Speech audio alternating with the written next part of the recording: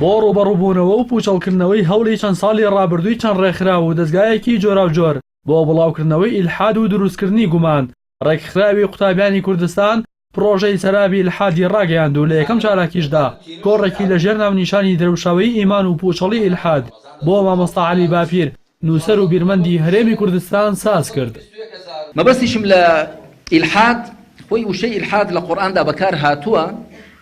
إن الذين يلحدون في آياتنا لا يخفون علينا وذروا الذين يلحدون في أسمائه.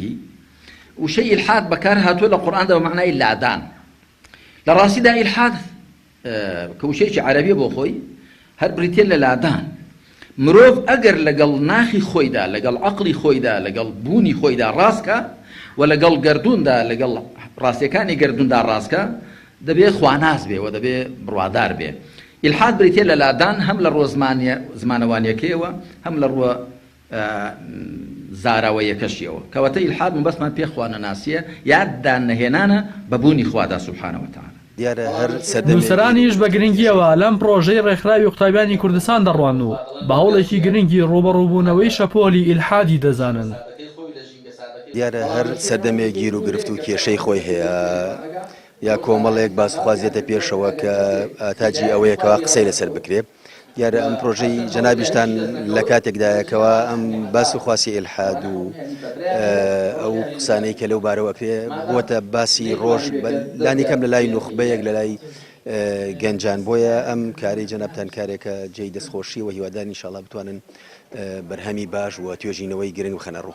سپاس بۆ ئێوە و بۆ ڕێكخراوی قوتابیانی کوردستان کە هەستاوە بە ئەنجامدانی ئەم باس و خواستە سەبارەت بە ئیلحاد لەژێر ناونیشانی سەرابی ئیلحاد.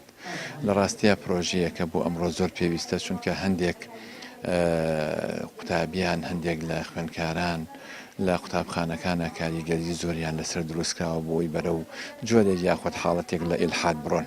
ئەم بابەتی ئەمڕۆ پێشکەشکرا تەبەن دوا بابەت نابێ بابەتی تری بە دوادادێ ئینشاءڵڵا زنجیرە باسێکی معریفی و لە ئاستێکی زۆر بەرز و کۆمەڵە وەڵامێکی زۆر باش و جوان و چاکی پێبێ بۆ ئەو پرسیارانەی کە جددی ئەمڕۆ لە سەحەکە.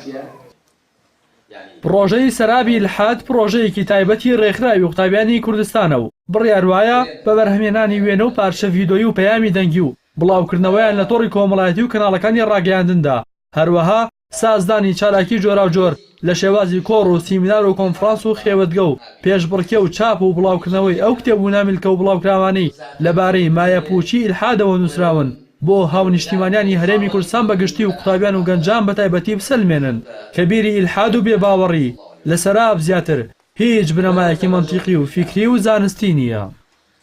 ڕاستی حەمامین کەناڵی ئاسمانی پەیام سلێمانی.